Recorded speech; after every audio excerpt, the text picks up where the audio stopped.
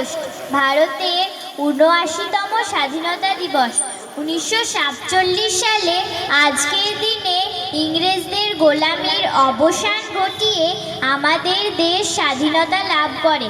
১৭৫৭ সালে পলাশীর প্রান্তরে বাংলার নবাব সিরাজদৌল্লার পরাজয়ের সাথে সাথে সারা ভারতে স্বাধীনতার সূর্য অস্তমিত হয়।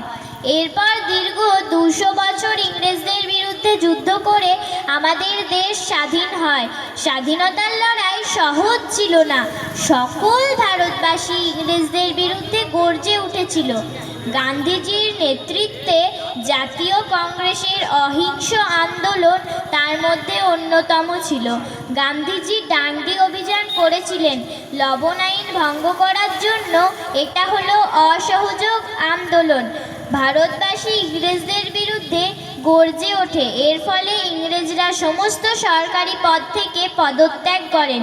গান্ধীজি ডাক দিয়েছিলেন, ইংরেজ ভারত ছাড়ো, করেঙ্গে এ মারেঙ্গে। এই ধ্বনির মাধ্যমে ভারতবাসীকে উদ্বুদ্ধ করেছিল।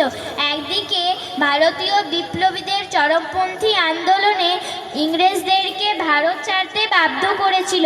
মাতঙ্গিনী হাজরা, বালগঙ্গাধর তিলক, মাস্টারদা সূর্য সেন, ক্ষুদিরাম বসু, নেতাজি সুভাষচন্দ্র বসু, ভগৎ সিং, এছাড়াও বহু ভারতীয় বীর সন্তানের আত্মবলিদানের ফলে আমরা স্বাধীনতা লাভ করি। স্বাধীনতা লাভ করা যত কঠিন, তার থেকে অধিক কঠিন হলো দেশকে রক্ষা করা। তাই আমাদের প্রতিজ্ঞা করতে হবে, আমরা আমাদের জীবন দিয়ে এই স্বাধীনতা রক্ষা করব। নমস্কার।